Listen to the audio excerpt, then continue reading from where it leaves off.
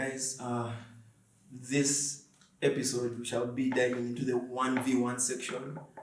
Possible tactics, formations, standout players, and some possible predictions in there.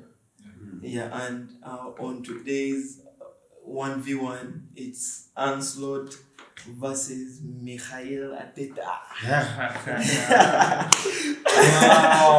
Wow. Yes. You guys might be wondering why you're sitting like that. It's the Spaniard versus the Pope. I don't know which side of the section we shall start from, but yeah, one of you should take it. Oh God, that's not, bro. What a good set, man. What a good set. I think, alright, Onslaught versus Mikel. Obviously, Mikel has had better time, more time top football, right? Yeah. But if you watch Onslaught, if you follow this story, this guy is quite impressive. Yeah. And the fact that, I mean, when Klopp said he was leaving, man, by the way, bro, come back when you can. When Klopp said he was leaving, right? We were scared, bro. And we were moving around certain names, Xabi Alonso, Amorim. Amorim had like an interview. He had an interview in the club, bro. But they said not to go with. Yeah, he came in and he went to West Ham after that. And for us, we did, like, he was going to have to change the whole team because his setup is so different. What he wanted. As well as the fourth, he in his interview, he says that they told him he was the only guy, but let's be real, he was like the fourth guy in the list. Yeah, because we tried other guys before them. By the time we got him, he was the only guy on the list, but his career is impressive. Was he like recommended by Paapa or something? Sorry. No. Klopp? No. He was not. Actually, his name just came internally, just some guy within the backroom staff who brought up his name. You know, Liverpool as a club, we like to deal with data. If you see anyone who talks about Liverpool, they say a lot of data because Michael Edwards, who was our sporting director, is like a data analyst. They had a very serious data team, and so the data did show that it didn't, like, when they were explaining it, they were like, it won't change so much, and it did. Yeah. But brother, his career, bro, is underrated. This guy had probably 4 or 5 seasons in top football in Dutch, right? But from the moment he stepped in as an assistant in Zwolle. Then he went AZ Alkmaar. Some of the players who we love came through him, you know? Came through him when he was in AZ. Then he comes to Feyenoord. In AZ, he almost actually won the league with AZ. There was that COVID year. Yes. In AZ, he almost won the league. In Feyenoord, he almost won it, then he won it. You see that? This guy's resume is top, and he was working with low budgets to bring in top, raising profiles of players to top level status, working with crumbs, man. And then here he comes with Liverpool, right?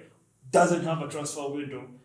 You know, everyone was writing off. Everyone was thinking it was going to be like a Man United story. Nah, bro. This guy comes in, implements, sets his ground, and the players really bought into the vision because from day one. I was watching our preseason last season, right? We had this American tour, and you could see it. Bro, I was seeing Harvey Elliott. I thought Harvey Elliott was going to start for us. I thought he was going to bench suppose like that guy. Moving crazy. He was moving crazy in that season. This guy, that's just it. He sets the play and it worked. Yeah. I think he's better because of that. Because it just works.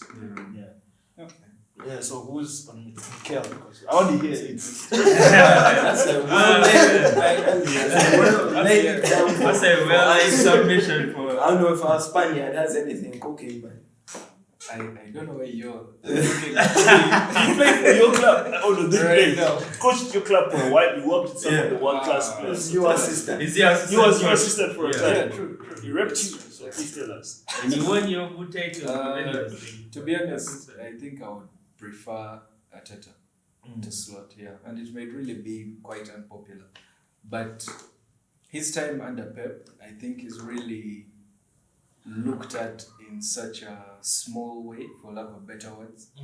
I think there is a lot that he brought to that team. There's a lot he brought to that coaching backroom staff. You know, what he has done for Arsenal may not be regarded as great, but to finish second for over 3 seasons is not something you take lightly. You know, And he has been trading blows with the biggest of the biggest. You know? Hasn't lost our top 6 yet. Exactly. I'm quite aware. No? He He took them back up to the Indeed. like the top. Yeah. He has gone to Champions League and is beating Real Madrid like they're his students.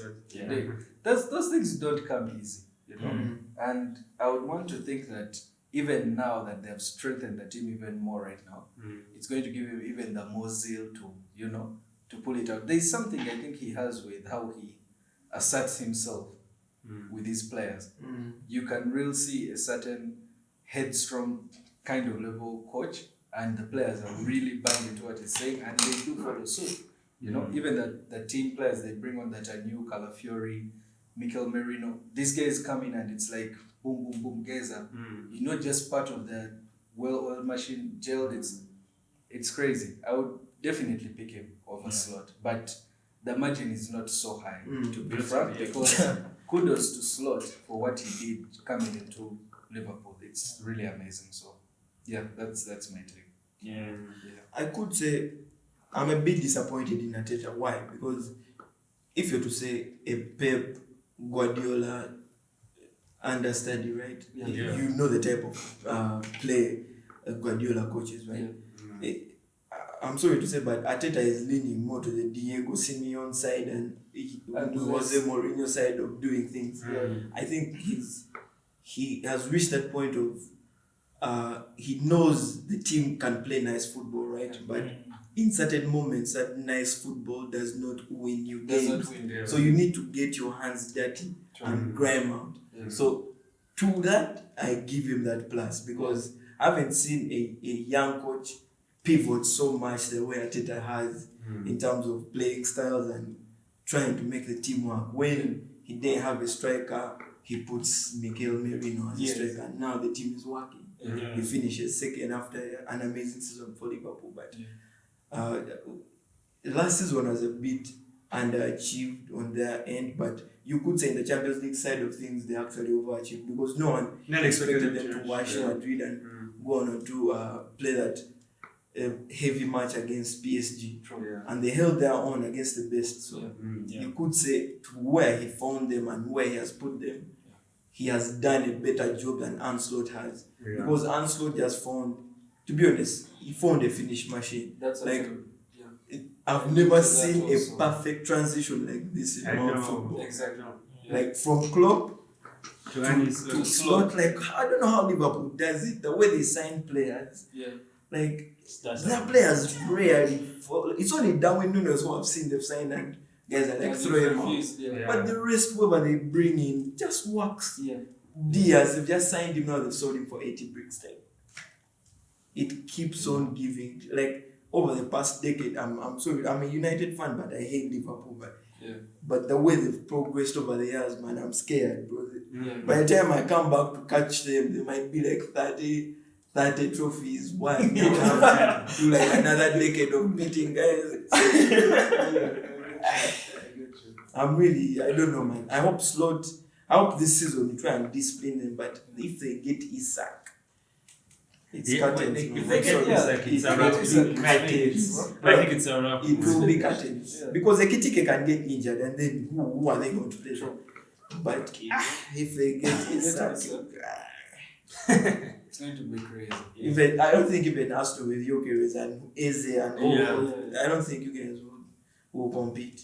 Because that level of quality Florian brings to the team, and if you add Isak, Ekitike, like it is too much quality. it's too much, and they took the trophy last season. Why do they need all these players? I mean, okay, if you look at it retrospectively, we lost Diaz. Okay, that's when, with all due respect to Darwin fans, did need him to go because we didn't feel like he was the best player for us. We loved him, hard work and all that, but like, bro, Diaz got rest in peace, Jota. Diaz left.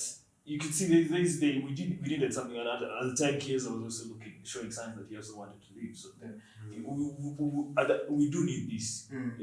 The problem is like the disparity in quality is not that much because like they're all close to each other. And it looks scary in hindsight, but really, it will be scary.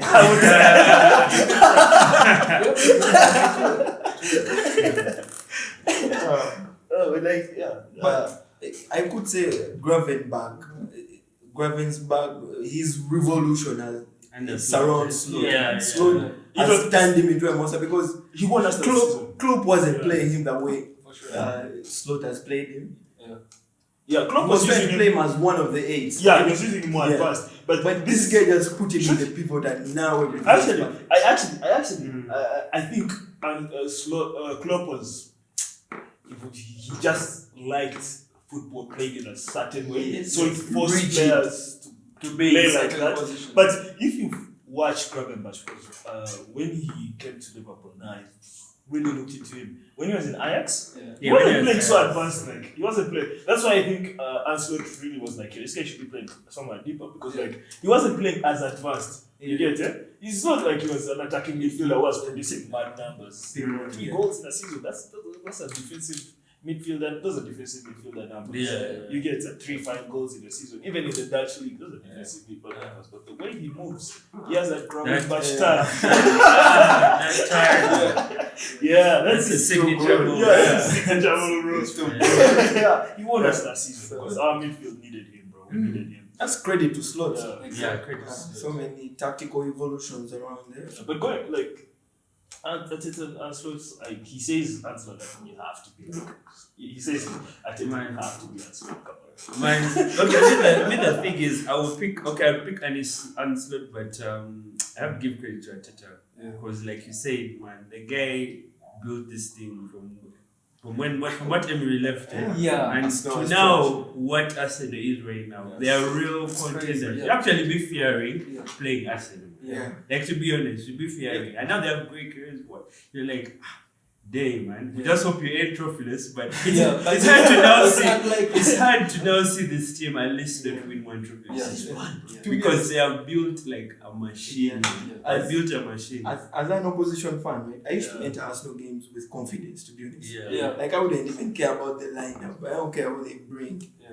But now I'm just like, whenever we go to Emirates, I'm just like, man, put the L in the band.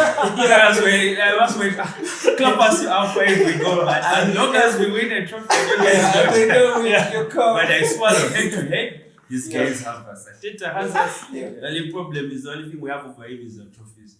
And for me, I'm more of a trophies guy. And you can finish second 10 times or 10 consecutive seasons, but if you have nothing to show for, man, I always pick the guy who at least won something. So for me, and it's Slot, but credit to Arteta also. Credit to Arteta for building what he has built, man. A real beast of a team. So, but I would just like the edge towards Slot because of the trophy. But I hit the ground running immediately. Because it's not like Klopp had won the season before. He brought this team that some guys had won before. But like that, they still have their legs in them. But then he brought them back up. So but still, me, the disclaimer I would want to put is the two teams that were found by both these managers were totally different. In levels of capability, of quality. One had Salah, one had Nicolas Pepe. You get it? So it's just crazy. It's just crazy. But no, still kudos to Arne Slot. I'm just saying that, man, this guy has, Anyway, he's here for some time, so let's watch him. So do something. These teams are about to match up. What would be your predictions in this game? I get my predictions. You already know. Watch that episode. I think it's going to be a draw. A draw. Liverpool. Again. Yeah. Bro, we've got like 4 draws in a row. Okay, bro, still, man, 4 draws, man. The last season, right? You drew both games, bro. I think it's going to be a draw. But Liverpool Arsenal is always like a very entertaining. They're goals for days. They will go band for band. It's a very entertaining. The way I know Arsenal can tie defense, I really know they're just going to give Liverpool the ball and hit them on the counter. But then, if like Saka, that count, bro. For 5 games I've seen Saka on Robertson. I want to see him against Kake. I really want to see it now. But now you might be the first team to face Eze, so I don't know what You get- Frimpong has in his Frimpong repertoire. is injured, bro. Probably is also now injured. Ah, We have no right back. Conor Bradley. Just come back from an injury. Hey, So Just yeah. come back from an injury. So Joe Gomez then. Jogo must be They are going to tear him apart. Nah. They are going to Nah. tear Nah. him apart. Nah. Eze will eat him. Nah, Eze is going to. I'm not tear falling for it. him Let's apart. watch I'm not it. falling. Let's watch this place. You know, We should watch you know the quality of Let's Eze, watch bro. this. Watch. You know what he has bring. I'm not falling for it. Oh, I back my guy. 100%, bro. This season, this is it. You remember his highlight against your team I guess that. when he almost scored? Eze. That's When he really- scored, When he they scored cancelled actually it. and then they cancelled it. Uh, Man, Ezra is That's- too makes us. Ezra is And too now much. you- But the only problem is, I am just not sure with the Eze. yeah. Okay, depending on how Arteta uses it. Because I don't look at Eze as like a bugs man. Yeah. But I look at him as a Creative. player for like a very creative player and also a guy who can come up in the big game. Yeah. Like, because if you look at his numbers, you wouldn't say, "Oh my God, this guy." No, Yeah. but you appreciate what he does on pitch, Yeah, and how he yeah. opens up pitch, and how he brings all the players in Yeah. together Yeah. up front the pitch. Man, I think he could. I don't know how he's going to play in Arsenal, but it would be nice for Odegaard to sit some games and you see like Eze In there, a 10 just, position. yeah, in that 10 position, like I think it will be scary hours in certain games, and when, let's say, the likes of Nwaneri could start, because I feel like he needs to start more games. yeah. Odegaard's time is done. They need to start the kid more. So Yeah. Delman is pushing for a starting position. I wouldn't say done, bro. Yeah, so I'd say, like, Odegaard needs competition. Like, Yeah, Eze he's is confident. here to Yeah, play. because I Eze feel is like, there. yeah, I And feel like Nwaneri is already Odegaard, remember that first season where they almost won that 15 goals, 8 assists that Yeah. season? Yeah. Bro, that was region Odegaard, bro. Like, Yeah. that was next level. So we know he can do it. He has done it before. We know he can reach those numbers. Yeah. And we like him to reach there, but he's been a bit complacent because he knows his number is there. Yeah. Captain. Yeah, he's captain. So yes, he's doing what is right for the team, but sometimes, bro, I feel like he needs to do what's right for him as a player. You get it? Man, back at those goals, man. No, just shoot, bro. Like, Would you Yeah. say that's down to Arteta's tweaking of the formations to yeah, try but and like, bring the best out of he's- other players? Because you could say in their first seasons, right, when he bought him, Yeah. he needed them to play through him in a certain way. But now he has other players who have Mm. other capabilities and abilities to do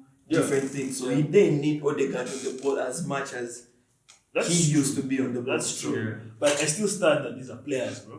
Mm. And as players, there's that arrogance to it. Mm. Yeah. You get it? Bro, show us that arrogance on the pitch. Interesting. Yeah. So But he guys, said he needs competition. Yeah. Mm. Competition is what will give you. I feel like that is what Because will that give you complacency arrogance. comes from always being that guy. Like, you know, my number is assured, I'm captain. Yeah. So yeah. Yes. So guys, let us know your thoughts on who is better, Anslot or Mikel Arteta. Which side you're leaning to, which formation, who does it better, who develops these players better, who tweaks the formation. Please like and subscribe, man. Like and subscribe. Come into the comments for these guys. Controversial. Yeah, and this look though. Don't come for me, man. 2 for I'm on 2. the trophy Actually, we were side. 2 for 2, so I'm a let's trophy let side. them decide. Tiebreaker. Yeah. Tiebreaker. Right.